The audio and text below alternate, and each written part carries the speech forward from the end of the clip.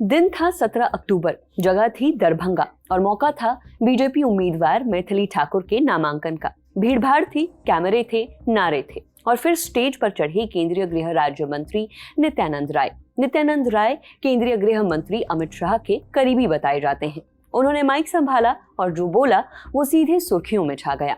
उन्होंने कहा कि मैथिली को बोलेंगे कि अलीनगर को सीतानगर बनाना है। उनके इतना बोलते ही पब्लिक ने तालियां बजाना शुरू कर दिया और नारे लगाए। जिस धरती ने मैथिली ठाकुर की मां को जन्म दिया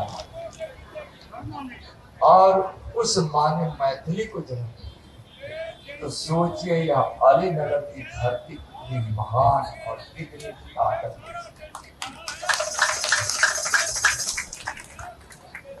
यह अलीनगर है।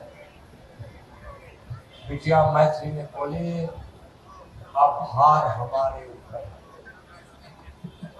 मैथिली को बोलेंगे अली नगर,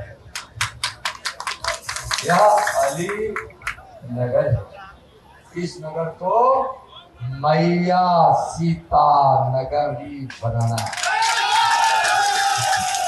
इस अली नगर को मैया सीता नगर बनाना है और इसकी जिम्मेदारी दोनों हाथ उठाकर मैथिली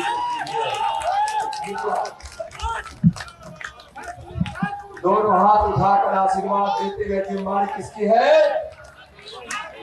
जय मिथिला, जय। लेकिन कहानी यहीं खत्म नहीं हुई। अलीनगर से नामांकन करने के बाद मैथिली ठाकुर ने भी एक इंटरव्यू दिया। रिपोर्टर ने उनसे पूछा कि अगर आप जीतती हैं तो 5 साल बाद हमें एक विकसित अलीनगर मिलेगा। मैथिली ने बिना झिझक जवाब दिया कि सीतानगर मिलेगा। उन्होंने ये भी कहा कि ये नाम चेंज करने का फॉर्मूला मेरा नहीं है। हमारे गृह राज्य मंत्री नित्यानंद जी ने ये सुझाव दिया और मुझे लगा कि उन्होंने एकदम सटीक बात कही है। मेरे मन में पहले से ही था कि नाम मिथिलांचल से थोड़ा जुड़ा होना चाहिए। जैसे ही मंत्री जी ने आज ये बात बोली, लोगों ने जयकारा लगाना शुरू कर दिया। मतलब लोग भी इस बात से बहुत खुश थे।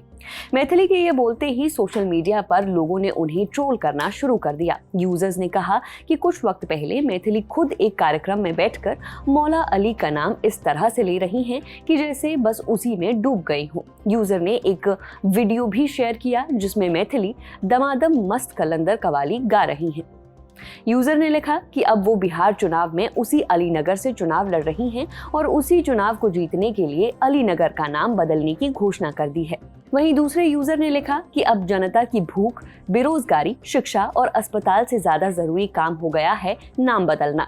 अलीनगर से सीतानगर, कल शायद सीतानगर से रामराज्यन नगर, बस नाम बदलते रहो, हालात नहीं। अब इन सब के बाद अलीनगर सीट से कौन जीतेगा, नाम बदला जाएगा या नहीं, ये तो चुनाव के रिजल्ट के बाद ही पता चलेगा।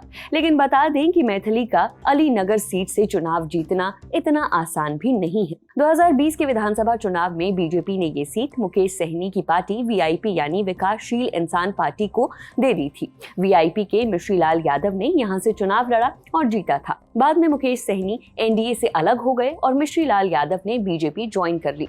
लेकिन चुनाव से कुछ महीने पहले 27 मई को मारपीट से जुड़े एक पुराने मामले में मिश्रीलाल यादव को कोर्ट ने 2 साल की सजा सुना दी। जून महीने बिहार विधानसभा सचिवालय ने मिश्रीलाल यादव की सदस्यता रद्द करने से जुड़ा नोटिफिकेशन भी जारी कर दिया।